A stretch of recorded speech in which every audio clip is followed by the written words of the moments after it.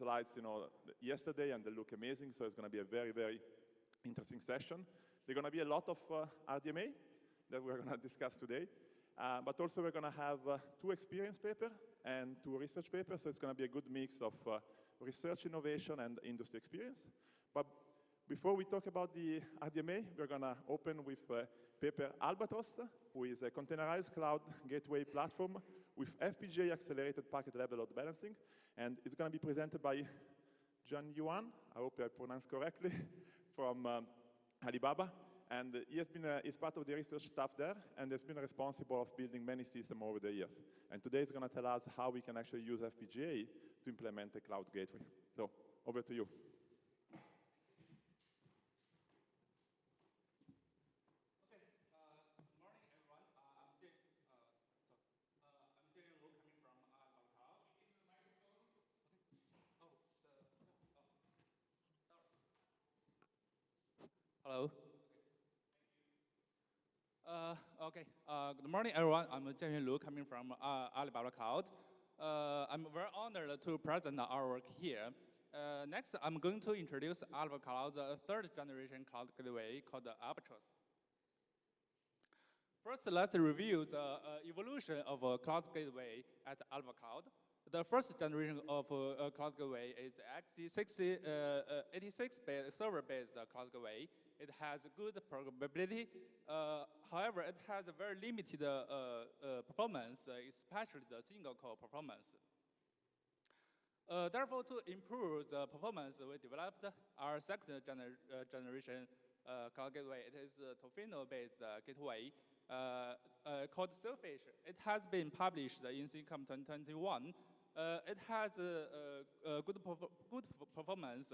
It has a TBBS level throughput and microsecond latency. Even though it has some drawbacks, for example, the very limited on-chip resources, we adapt well with techniques such as pipeline folding. However, Intel announced the end of Tofino's evolution, which forced us to develop our 3rd generation cloud gateway. We consider several options for the 3rd generation cloud gateway. First, we considered an alternative switching ASICs, just like Tofino, such as Broadcom TD4 and Cisco SIGCOMM'25. However, none of these chips could replace Tofino in terms of people language friendliness, compiler stability, and cheaper specifications. Then we consider several DPU-related solutions. The DPUs such as BF3, Intel IPU, and AMD Persendo. However, these DPUs are originally designed for server-side acceleration, lack good support for the cloud gateway. For example, the LPM capability. Then we consider the packet-level load balancing CPU solutions to solve the single-core bottleneck. For example, consider the Intel DLB and Octane 10. However, these integrate the on-chip capability cannot be customized by the cloud vendors.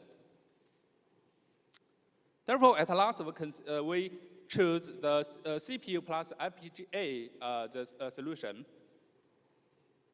Here are the design goals and some explanation of our final decision. The first goal is good performance. It is straightforward. The second goal is no vendor lock-in. Based on our experience of the Tofino chips, now we pay more attention to the supply chain security. We believe that both CPUs and FPGAs have multiple vendors, and we believe the supply chain security is not a big issue. The third goal is code reuse. Since we have validated code of the previous gateways, and we want to reuse this code to shorten the time to market cycle of the next generation gateway. The fourth goal is the packet level load balancing. We want to spread the packets across the CPU cores to eliminate the single core performance bottleneck. And as a multi-tenant gateway, we need to guarantee strong multi-tenant isolation between the different tenants. The last goal is that as the previous two generation cloud gateways are bare metal gateways, they have low utilization. Therefore, we want to use containerization to improve the overall utilization. Then we developed our third generation cloud gateway called Albatross. This is the overview. We use FPGAs to implement the NIC pipeline, which had the ability of packet level load balancing and gateway overload protection. And we use CPUs to implement the forwarding plan that we can deploy multiple gateways on one Albatross server to improve the overall utilization. The packet level load balancing, called PLB, is very simple. We will split the packets to the ARC data queues in the round-robin manner. Yeah. And then the CPUs will pull the packets and then send them to the egress. And as the egress, we will reorder the packets using data structures such as the FIFO queues, some reorder buffers, and the bit maps. One question need to discuss is that the reorder queue granularity. Can we implement per-flow reordering? Absolutely, it's not. It's not acceptable for allocating a separate queue for millions of flows. Therefore, we use flow group reordering. We use 1 to 8 reorder queues for each JIT pod, proportional to the pod specification. And the ingress packets will be hashed to these queues. The question here is that can we use more reorder queues or use just one queue? Actually, our permanent setting is a trade-off between two cases. The condition one is if we use a large number of reorder queues, we'll reduce the heavy hit size that a pod can tolerate. Therefore, we set each queue contain 4K entries, which can ensure that it can buffer 100 microsecond packets at 40 megabps. And the condition two is that a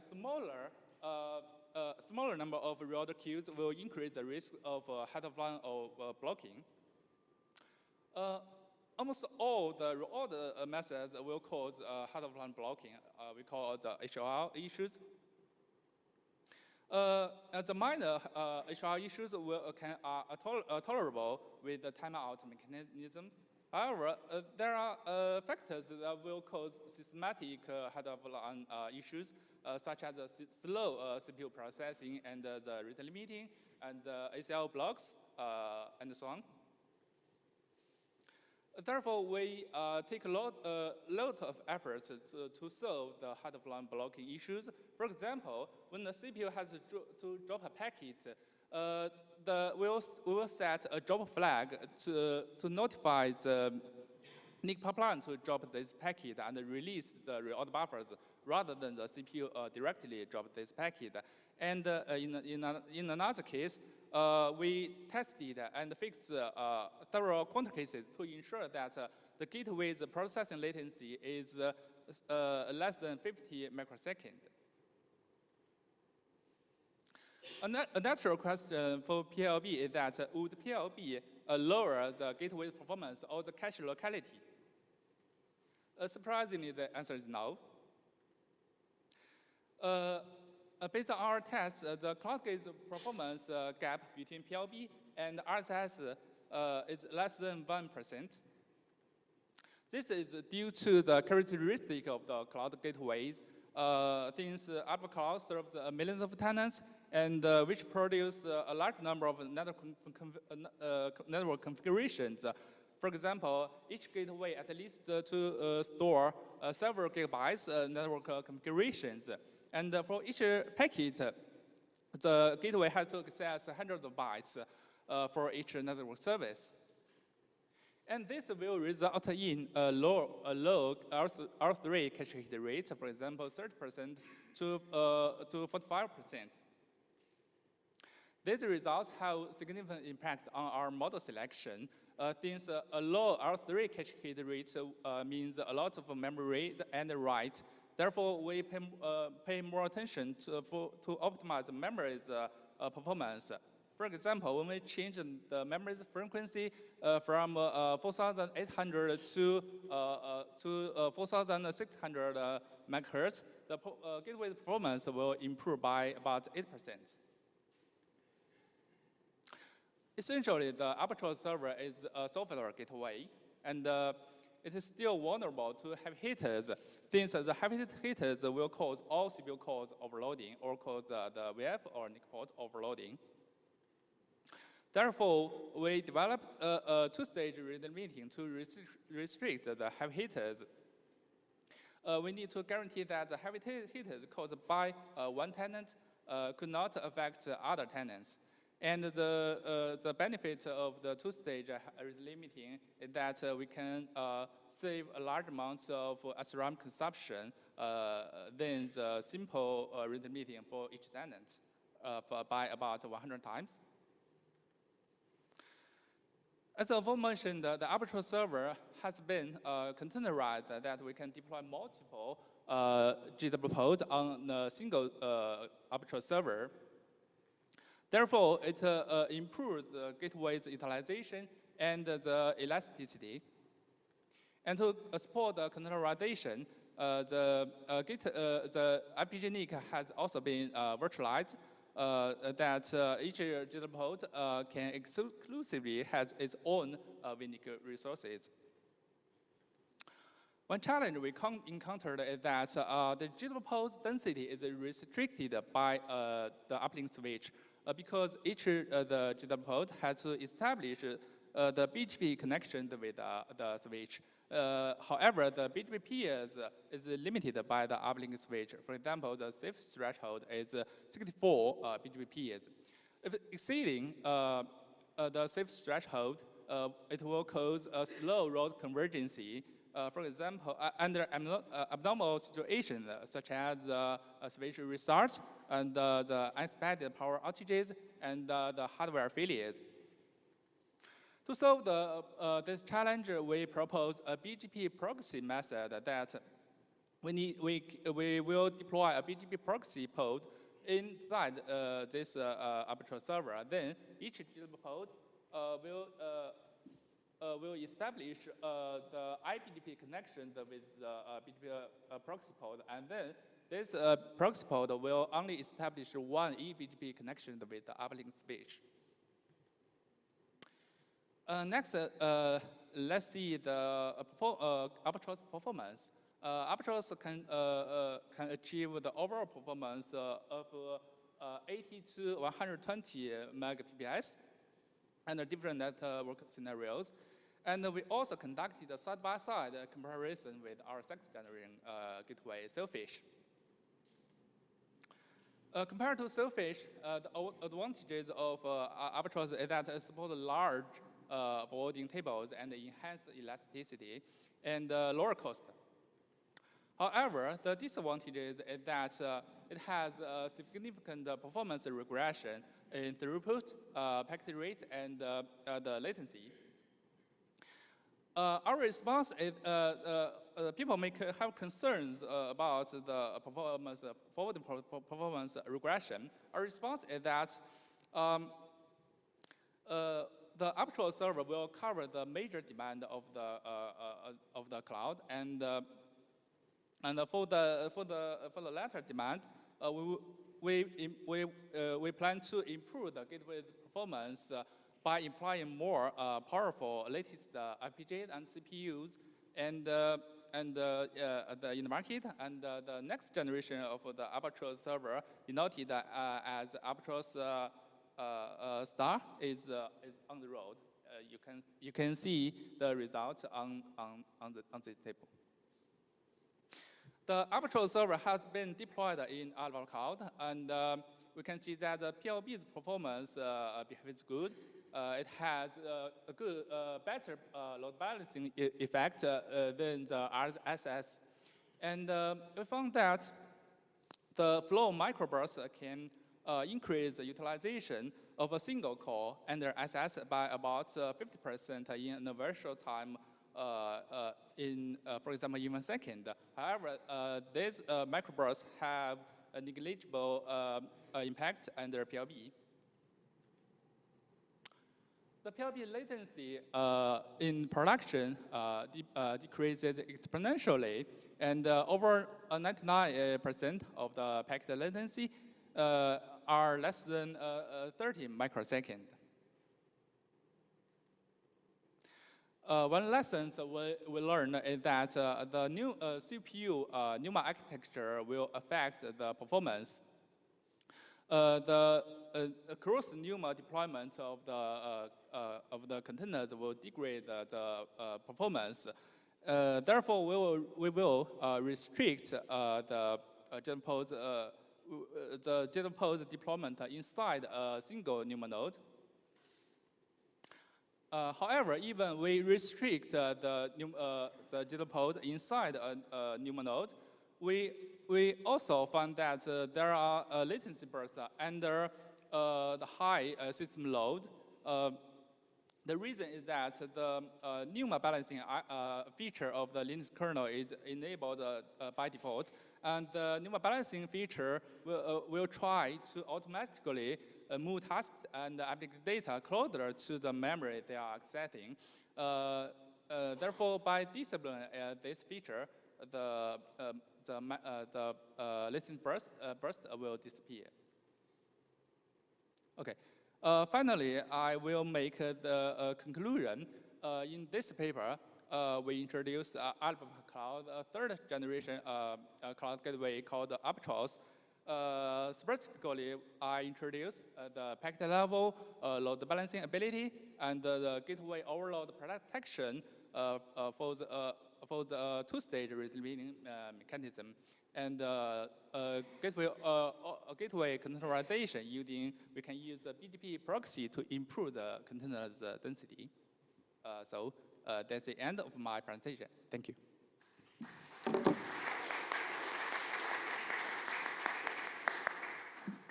Great talk, thank you. We have time for a few questions. Anyone from the audience? Okay, maybe while we're waiting, I can ask you one question. So you talk a lot about the performance of Albatross. How about the complexity of writing software compared to the P4 solution? Sorry? The complexity of how do you compare writing software on P4 as opposed to write it on Albatross? The elasticity. Just from a programming point of view. Okay. Was it easier to write on P4 or easy to write software on Albatross? Okay, maybe we can see this figure.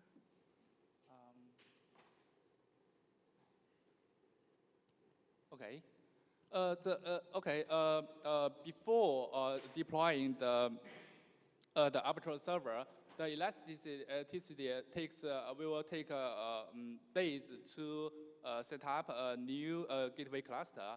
However, with the Albatross server, we will build redundant servers in advance. Then, faced with the traffic burst, we only need to take seconds to set up a new GW pod. Therefore, the elasticity we think is have a big improvement over the past.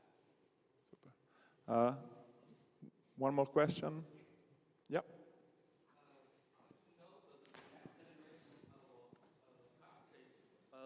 Which numbers of FPGAs will be used? 4 or 8 for the next? We will use 4 FPGAs. Each has 200 gigabits. 200 gigabits? 200, yeah. Port, not capacity. 200 is the port speed. 200 gigabps. FPGA, Nick. Yeah. Okay. Okay. Yeah. Nice talk, by the way. So I was wondering if a single core CPU crashes or for any reason becomes unresponsive, and how does the FPGA manages the in-flight packets to reroute to some other core CPU? Like, especially those which are already in the reorder buffer. I didn't get your question. Okay, so when the reorder buffer pass on the packets to the CPU, and if the CPU is unhealthy or unresponsive, how does it tackle with that situation then?